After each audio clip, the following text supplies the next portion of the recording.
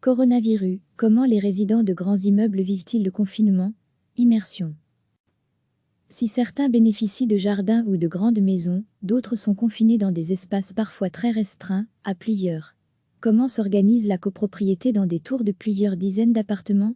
Et quels sont les problèmes concrets, comme le partage des parties communes? Une de nos équipes s'est immergée dans le quotidien de familles et de personnes seules, qui habitent dans des immeubles à Liège. Tout est calme le long de la Meuse. Le soleil se reflète sur l'eau du fleuve. Quelques personnes profitent de quelques instants pour souffler sur leur petit balcon. Enfin, ceux qui ont la chance d'en avoir un. On dénombre des dizaines de grandes tours sur le quai Saint-Léonard, près de Droix. Le petit est plein d'énergie et il ne peut pas sortir ici, le confinement est pour beaucoup plus contraignant. J'ai 2 enfants, un garçon de 4 ans et une fille d'1 an, témoigne Mohamed Antari. Nous vivons à 4 dans 80 mètres carrés au 2e étage d'un immeuble de 60 appartements. Depuis la fermeture des écoles, le quotidien n'est pas facile.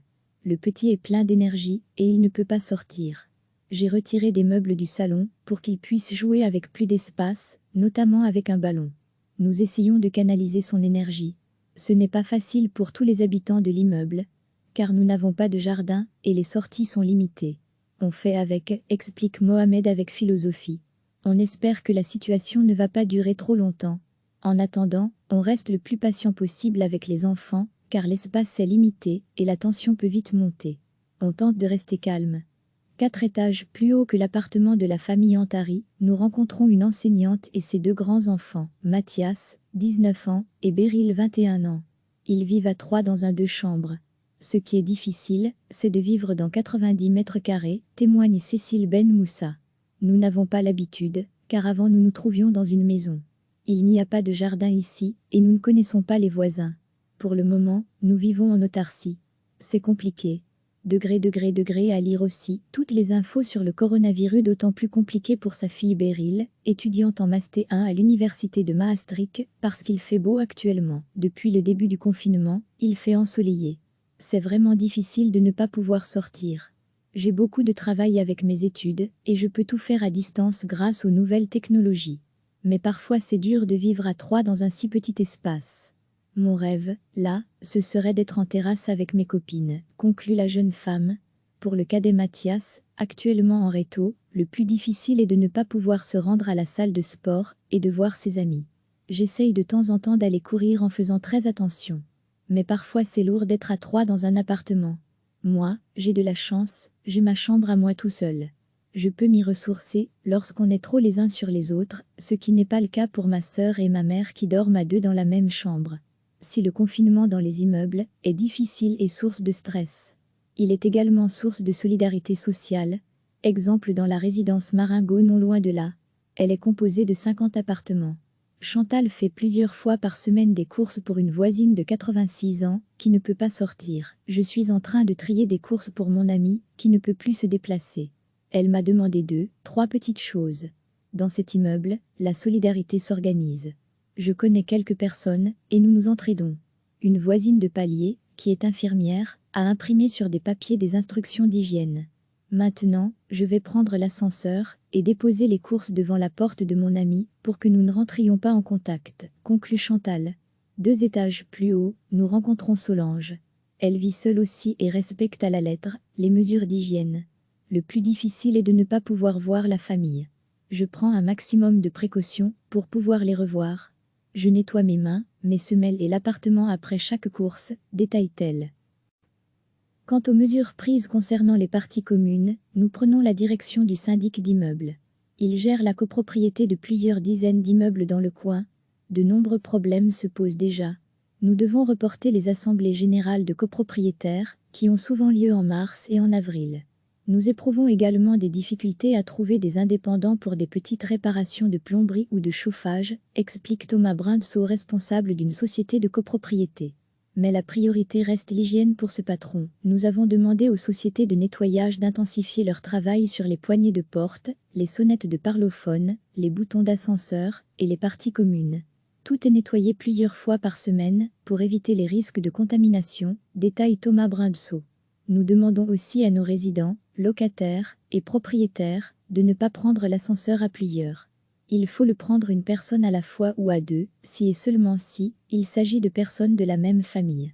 Ces mesures ont été placardées partout dans les halles d'entrée. À la campagne, loin de ses préoccupations, nous rencontrons Benoît Dardenne, professeur en psychologie sociale à l'Université de Liège. Selon lui, les inquiétudes sont plus exacerbées pour les résidents d'immeubles, notamment car ils ont plus de risques de contamination qu'en zone rurale. En effet, les résidents peuvent croiser quelqu'un dans l'ascenseur, dans la cage d'escalier, ou encore se retrouver en contact avec une personne pouvant être atteinte du Covid-19.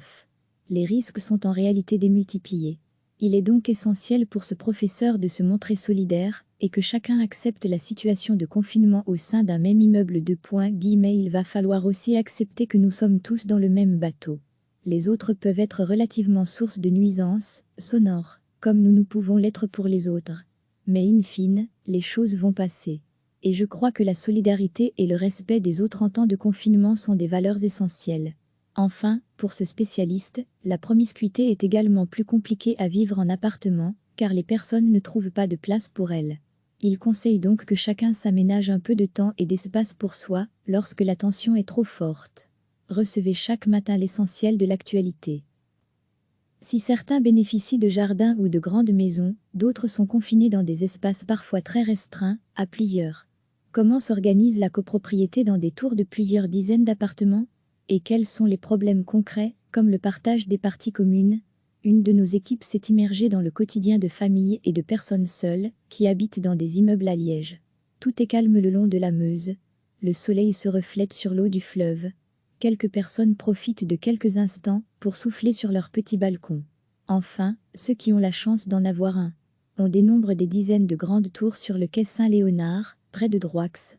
Le petit est plein d'énergie et il ne peut pas sortir ici. Le confinement est pour beaucoup plus contraignant. J'ai 2 enfants, un garçon de 4 ans et une fille d'1 an, témoigne Mohamed Antari. Nous vivons à 4 dans 80 mètres carrés au 2e étage d'un immeuble de 60 appartements. Depuis la fermeture des écoles, le quotidien n'est pas facile. Le petit est plein d'énergie et il ne peut pas sortir. J'ai retiré des meubles du salon pour qu'il puisse jouer avec plus d'espace, notamment avec un ballon.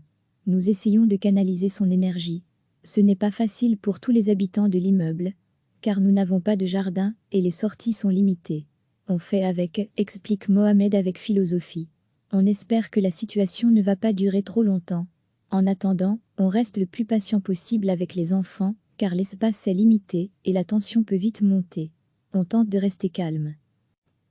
4 étages plus haut que l'appartement de la famille Antari, nous rencontrons une enseignante et ses 2 grands-enfants, Mathias, 19 ans, et Beryl, 21 ans. Ils vivent à 3 dans un 2 chambres.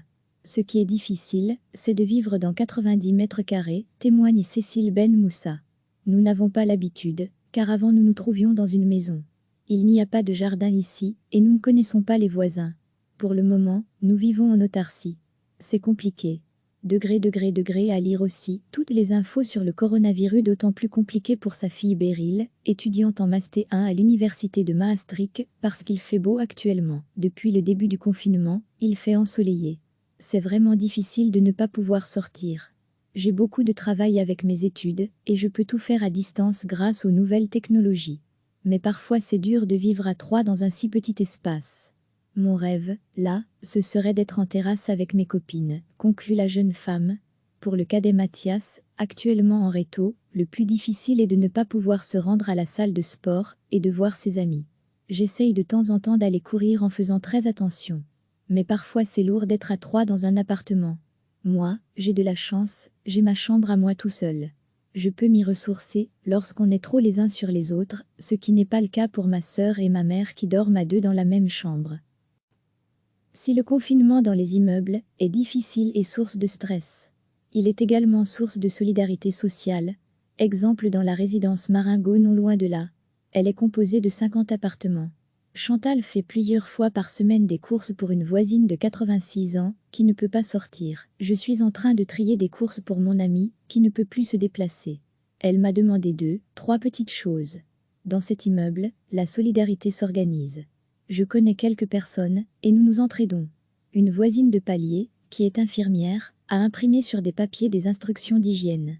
Maintenant, je vais prendre l'ascenseur et déposer les courses devant la porte de mon ami pour que nous ne rentrions pas en contact, conclut Chantal.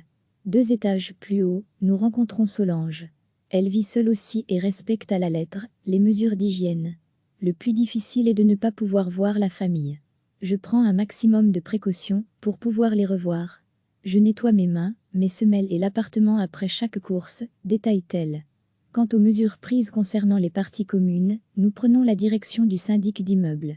Il gère la copropriété de plusieurs dizaines d'immeubles dans le coin. De nombreux problèmes se posent déjà. Nous devons reporter les assemblées générales de copropriétaires, qui ont souvent lieu en mars et en avril.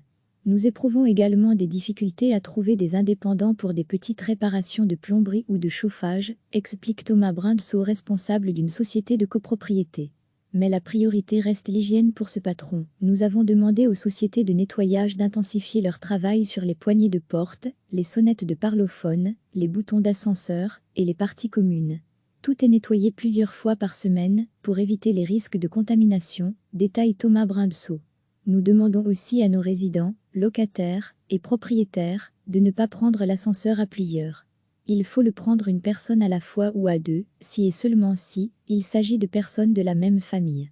Ces mesures ont été placardées partout dans les halles d'entrée. À la campagne, loin de ces préoccupations, nous rencontrons Benoît Dardenne, professeur en psychologie sociale à l'Université de Liège. Selon lui, les inquiétudes sont plus exacerbées pour les résidents d'immeubles, notamment car ils ont plus de risques de contamination qu'en zone rurale. En effet, les résidents peuvent croiser quelqu'un dans l'ascenseur, dans la cage d'escalier, ou encore se retrouver en contact avec une personne pouvant être atteinte du Covid-19. Les risques sont en réalité démultipliés. Il est donc essentiel pour ce professeur de se montrer solidaire et que chacun accepte la situation de confinement au sein d'un même immeuble. Il va falloir aussi accepter que nous sommes tous dans le même bateau. Les autres peuvent être relativement source de nuisances sonores, comme nous pouvons l'être pour les autres. Mais in fine, les choses vont passer. Et je crois que la solidarité et le respect des autres en temps de confinement sont des valeurs essentielles.